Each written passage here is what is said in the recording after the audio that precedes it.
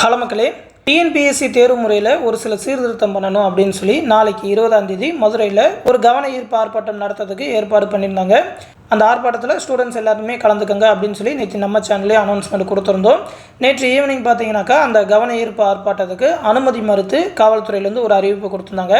ஸ்டார்டிங்கில் பார்த்தீங்கன்னாக்கா நாங்கள் அனுமதியே கொடுக்கல, பொய்யான தகவல் அப்படின்ற மாதிரியான ஒரு ப்ரெஸ் நியூஸ் கொடுத்துட்டு அதுக்கப்புறம் பார்த்தீங்கன்னா அனுமதி கொடுத்தோம், இப்போ அனுமதி மறுக்கிறோம் அப்படின்ற மாதிரியான ஒரு ரிப்போர்ட்டும் கொடுத்துருக்குறாங்க. அதாவது பார்த்தீங்கன்னாக்கா அது ரொம்ப முக்கியமான மெயினான ஏரியா, டிராஃபிக்கான ஏரியா, அது மட்டும் இல்லாமல் அவசரகால ஊர்திலாம் போகிற ஏரியா அப்படின்றதுனால ஆர்ப்பாட்டத்தில் அதிக அளவில் நிறைய பேர் கலந்துக்கிறதுக்கு வாய்ப்பு இருக்குது. அதனால் அனுமதி மறுக்கிறோம் அப்படின்ற மாதிரியான ஒரு ரிப்போர்ட்டு நேற்று கொடுத்துருந்தாங்க.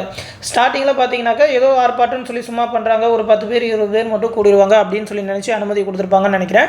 இது ஸ்டூடெண்ட்ஸ் எல்லாருமே ஒத்துமையாக கையில் எடுக்கவும் அவங்களுக்கு திரும்ப அது பயம் இந்த மாதிரி ஆர்ப்பாட்டத்துக்கு அனுமதி மறுப்பு அப்படின்னு சொல்லி தெரிவிச்சிருக்காங்க. இதுவே ஒரு சக்ஸஸ் தான். இது கவன ஈர்ப்பு ஆர்ப்பாட்டம் அப்படின்னு சொல்லி தான் கண்டக்ட் பண்ணுறதா இருந்தோம். இது அரசோட கவனத்துக்கு போயிடுச்சு. அதனால தான் அவங்களே இந்த மாதிரியான ஒரு மறுப்பு தெரிவிச்சிருக்காங்க. அந்த ஆர்ப்பாட்டத்தில் முதல் கோரிக்கையை பார்த்தீங்கன்னா குரூப் 4க்கு மறுதேர்வு வைக்கணும், ரீ எக்ஸாம் வைக்கணும் அப்படின்ற மாதிரி தான் சொல்லியிருந்தோம். மறுதேர்வு சாத்தியமா அப்படின்னு சொல்லி நிறைய பேர் கமெண்ட்ஸில் கேட்டாங்க. மறுதேர்வுலாம் வைப்பாங்களா அப்படின்னு சொல்லி. மறுதேர்வு வைக்கிறதுக்கு சான்ஸ் கிடையாதா, எந்த ஒரு தேர்வானையுமே கொஸ்டின் பேப்பர் டஃபாக எடுத்தோம் அப்படின்னு சொல்லி ரீ எக்ஸாம்லாம் கண்டக்ட் பண்ண மாட்டாங்க.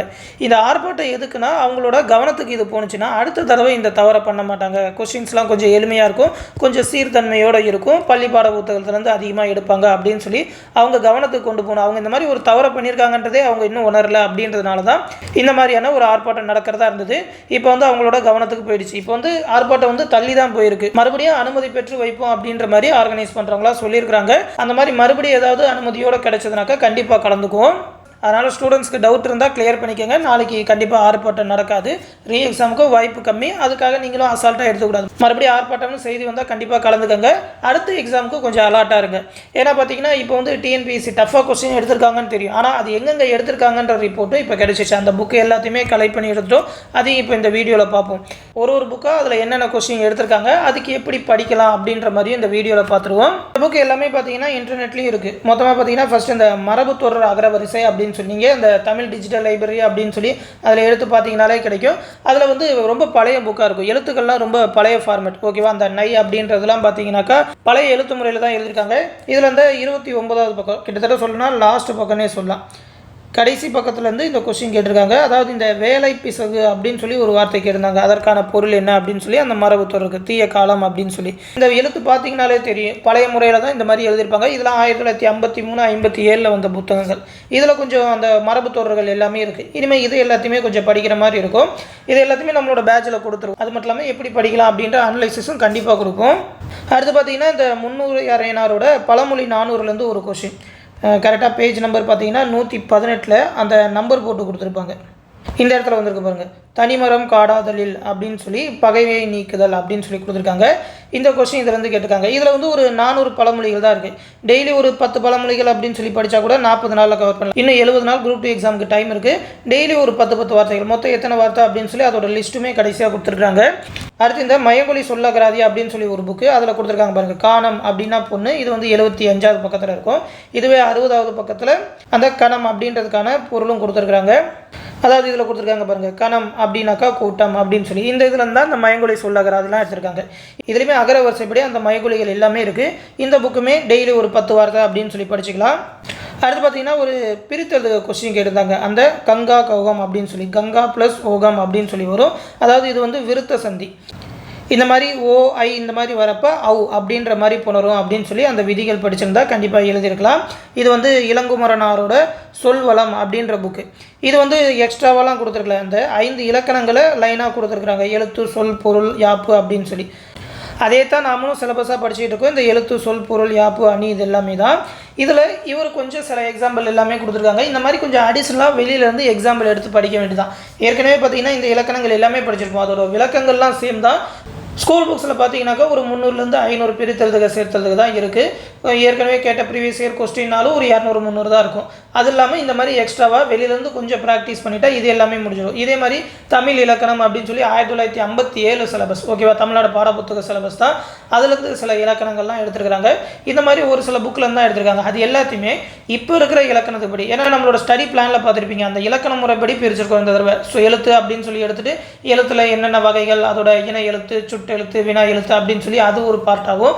அடுத்து சொல் அப்படின்னு சொல்லி அதில் வர்றது, அதுக்கப்புறம் ஒற்றுப்பிழைகள், வல்லினம் மிகுமிடங்கள், பிரித்ததுக சேர்த்ததுக அது ஒரு பார்ட்டு அப்படின்னு சொல்லி அந்த இலக்கண முறையில் தான் பிரிச்சிருக்கோம். அதில் இந்த போர்ஷன் எல்லாத்தையுமே கொஞ்சம் கொஞ்சமாக ஆட் பண்ண வேண்டியதான்.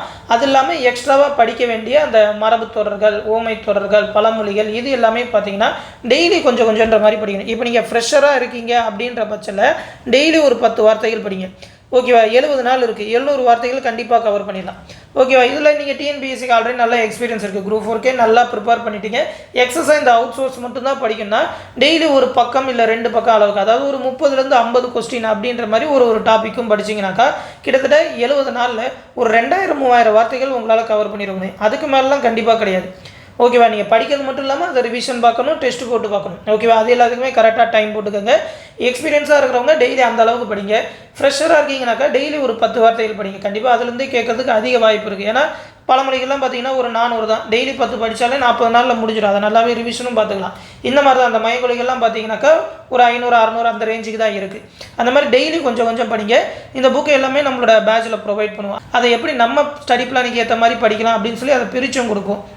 அந்த மாதிரியே ஃபாலோ பண்ணி படிங்க. குரூப் 2 எக்ஸாமுக்கும் கண்டிப்பாக இதில் இருந்தால் மேக்ஸிமம் கொஸ்டின் கேட்க போகிறாங்கன்றனால இந்த தடவை நம்மளால் அதை ஈஸியாக அட்டன் பண்ணிட முடியும். ஃபஸ்ட் டைமாக திடீர்னு கேட்டதுனால தான் யாருக்குமே தெரியல. ஆனால் இப்போ இருக்கிற சோர்ஸஸ்க்கு ஈஸியாக அதை எல்லாத்தையுமே நம்மளால் ஃபைன் பண்ணி படிச்சிட முடியும். நம்பிக்கையோடு படிங்க. குரூப் 4 எக்ஸாமுக்கும் வேறு ஏதாவது தீர்வுகள் கிடைச்சதுனாக்கா கண்டிப்பாக நம்ம சேனலில் தெரிவிக்கிறோம். தொடர்ந்து டிஎன்பிஎஸ்சி பற்றின அப்டேட்ஸை தெரிஞ்சுக்க மறக்காமல் நம்ம சேனலை ரெகுலராக ஃபாலோ பண்ணிக்கோங்க. மேலும் பார்த்தீங்கன்னா நம்ம சேனலில் குரூப் 2A ஆன்லைன் கிளாஸஸ்க்கான அட்மிஷன் இப்போ நடந்துகிட்டு இருக்கு. 27ஆம் தேதியிலேருந்து பேட்ச் ஸ்டார்ட் பண்ணிடுவோம். 26ஆம் தேதி வரைக்கும் நீங்கள் ஜாயின் பண்ணிக்கலாம். இப்போதைக்கு பார்த்தீங்கன்னா ஒரு ஆஃபர் ப்ரைஸாக 999 ரூபா சொல்லியிருக்கோம். ஆஃபர் ப்ரைஸ் 1 வீக் தான். அதுக்குள்ளே ஜாயின் பண்ணிக்கோங்க. இல்லைனா அதுக்கப்புறம் ஃபீஸ் அதிகமாயிரும். இதிலே பார்த்தீங்கன்னாக்கா எல்லா சப்ஜெக்ட்டுக்குமான ஸ்டடி மெட்டீரியல், மேக்ஸ்க்கான வீடியோ கிளாஸஸ், டெஸ்ட் சீரிஸ் எல்லாமே கண்டக்ட் பண்ணுவோம். அதோட ஹைலைட்ஸ் என்னென்ன அப்படின்னு சொல்லி பார்த்துருவோம். ஆல்ரெடி நம்மளோட டிஎன்பிஎஸ்சி எம்எஸ்சி ஓல்டு ஸ்டூடெண்ட்ஸ் பார்த்தீங்கன்னா 750 ரூபீஸ் தான் ஃபீஸ் சொல்லியிருக்கோம். இதிலேயே அந்த புதிய சிலபஸ், அந்த புதிய பேட்டர்னுக்கு ஏற்ற மாதிரியான தமிழ் மெட்டீரியல் PDF ப்ரொவைட் பண்ணுவோம். அது ஸ்கூல் புக்ஸ்லேருந்தும் இருக்கும். இந்த தடவை அவுட் சோர்ஸ்லேருந்தும் கலெக்ட் பண்ணி கொடுப்போம். ஏன்னா பார்த்தீங்கன்னா குரூப் 4லேயே தெரிஞ்சிருக்கும் அவுட் சோர்ஸ்லேருந்து நிறையா கொஸ்டின் எடுக்கிறாங்க. அதே எல்லாத்தையுமே என்னென்ன அப்படின்னு சொல்லி பார்த்து அப்டேட்டடான மெட்டீரியல் PDF கொடுப்போம். அது மட்டும் இல்லாமல் ப்ரீவியஸ் இயர் கொஸ்டின் ஒரு 15,000க்கும் மேற்பட்ட ப்ரீவியஸ் இயர் கொஸ்டின் டாபிக்ஸ் வைஸாக அனலைஸ் பண்ணி எடுத்திருக்கோம். அது எல்லாத்தையுமே டாபிக்ஸ் வைஸாக தமிழ் தனியாக, தமிழ்லையுமே அந்த ஒவ்வொரு இலக்கண பாட்டு தனியாக, அது மட்டும் இல்லாமல் மற்ற ஜென்ரல் ஸ்டடீஸ்க்கான டாபிக்ஸ் தனியாக அப்படின்னு சொல்லி தனித்தனியாக ப்ரொவைட் பண்ணிடுவோம். அது இல்லாமல் மேக்ஸ் ரீசனிங்கான வீடியோ கிளாஸஸ், எல்லா டாபிக்குமான வீடியோ கிளாஸஸ்மே இருக்கும். கிட்டத்தட்ட 3500க்கும் மேற்பட்ட ப்ராப்ளம்ஸ் அதில் நடத்தியிருப்போம். 18 தேர்வுகள் கண்டக்ட் பண்ணுவோம். ஏன்னா பார்த்தீங்கன்னா டேட்டு கம்மி தான், ஒரு 75 டேஸ் தான் கொடுத்துருக்காங்க. அதில் ஒரு 18 தேர்வுகள் ரிவிஷன் டெஸ்ட்டோடு இருக்கும். எல்லா சிலபஸுமே கவர் ஆகிற மாதிரி. அது மட்டும் இல்லாமல் அந்த டெஸ்ட்டில் கேட்குற மேக்ஸ் ரீசனிங்கான எக்ஸ்ப்ளனேஷன் வீடியோஸ், அது மட்டும் இல்லாமல் ஸ்டாண்டர்ட் வைஸாக எடுத்த 30,000க்கும் மேற்பட்ட ஒன் வேர்ட் ஆன்சர்ஸ், அது ஸ்டாண்டர்ட் வைஸ் 6வது 7வது 8வதுன்னு சொல்லி தனித்தனியாக எடுத்துருப்போம். அது எல்லாமே உங்களோட ரிவிஷனுக்கு ரொம்பவுமே யூஸ்ஃபுல்லாக இருக்கும். புக் பேக் கொஸ்டினுக்கு அப்படின்னு சொல்லி தனியாக ஒரு ஆன்சருக்கு PDF ப்ரொவைட் பண்ணுவோம். அது மட்டும் இல்லாமல் பாலிட்டி ஹிஸ்ட்ரிக்கெலாம் ஸ்பெஷல் புக்ஸ், ஏன்னா அதுவுமே அவுட் சோர்ஸ்லேருந்து நிறையா கொஸ்டின் கேட்பாங்கன்றனால ஒரு ஸ்பெஷல் புக் ப்ரொவைட் பண்ணுவோம். அதை மட்டும் நீங்கள் பாலிட்டி ஹிஸ்ட்ரிக்கு படித்தா போதும். அது மட்டும் இல்லாமல் லாஸ்ட் 1 இயர்க்கான கரண்ட் அஃபேர், இப்போ பார்த்தீங்கன்னா செப்டம்பரில் எக்ஸாம்னா ஆகஸ்ட் 2024லேருந்து ஆகஸ்ட் 2025 வரைக்கும் கிட்டத்தட்ட ஒரு 13 மாதத்தோட கரண்ட் அஃபேர் PDF மந்த்லி PDF-ஆகவே ப்ரொவைட் பண்ணுவோம். எல்லாமே தமிழ்லேயே இருக்கும். மெயினாக தமிழ் மீடியம் ஸ்டூடெண்ட்ஸ் ஜாயின் பண்ணிக்கோங்க. இங்கிலீஷ் மீடியத்துக்கு நம்மக்கிட்ட அவைலபிள் கிடையாது. தமிழ் மீடியம் ஸ்டூடெண்ட்ஸ்க்கு 100% சூட்டபுளாக இருக்கும். ஜூலை 27ஆம் தேதி பேட்ச் ஸ்டார்ட் பண்ணிடுவோம். ஜூலை 31ஆம் தேதியிலேருந்து ஃபஸ்ட்டு டெஸ்ட்டு ஸ்டார்ட் ஆயிரும். இந்த பேட்சில் ஜாயின் பண்ணணும்னு நினச்சிங்கனாக்கா இந்த 8903302290 நம்மளோட அட்மின் வாட்ஸ்அப் நம்பருக்கு குரூப் 2 பேட்சில் ஜாயின் பண்ணணும்னு சொல்லி மெசேஜ் பண்ணுங்கள். அவங்க ஜாயின் பண்ணிவிடுவாங்க.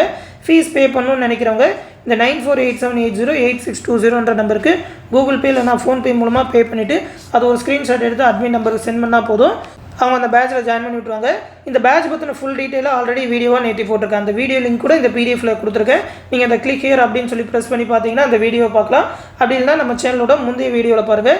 இந்த பேட்ச் அட்டவணை ஃபுல்லாக கொடுத்துருப்போம். இதில் அந்த சப்ஜெக்ட் டீட்டெயில் எல்லாமே டேபிள் போட்டு கொடுத்துருவோம். என்னென்ன எக்ஸாம், என்னென்ன சப்ஜெக்ட்லாம் கலந்து வரும், எவ்வளோ கொஸ்டின் இருக்கும் அப்படின்னு சொல்லி.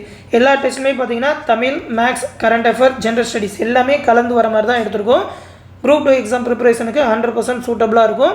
இந்த குரூப் 2 ப்ரிப்பரேஷனுக்குன்னு சொல்லி மெட்டீரியல் கிளாஸஸ்க்குன்னு வெளியே எங்கேயுமே தேட தேவையில்லை. நம்ம கொடுக்குற மெட்டீரியல் அண்ட் கிளாஸஸ் மட்டும் நீங்கள் ப்ரிப்பேர் பண்ணாலே போதும். கண்டிப்பாக ப்ரிலிம்ஸ் எக்ஸாம் கிளியர் பண்ண முடியும். அதுக்கான ஃபுல் கைடன்ஸ் நம்ம சேனலில் கொடுப்போம். விருப்பம் இருக்கிறவங்க ஜாயின் பண்ணிக்கோங்க. இந்த விஷயத்தை குரூப் 2 எக்ஸாம் ப்ரிப்பேர் பண்ணுற உங்கள் ஃப்ரெண்ட்ஸ் அண்ட் ஃபேமிலி மெம்பர்ஸ்க்கு தெரிவிச்சிருங்க. தொடர்ந்து நம்ம சேனலோட அப்டேட்ஸை தெரிஞ்சுக்க நம்ம சேனலோட இணைஞ்சிருங்க. அடுத்து இன்னொரு முக்கியமான இன்ஃபர்மேஷனோட சந்திக்கிறேன். நன்றி.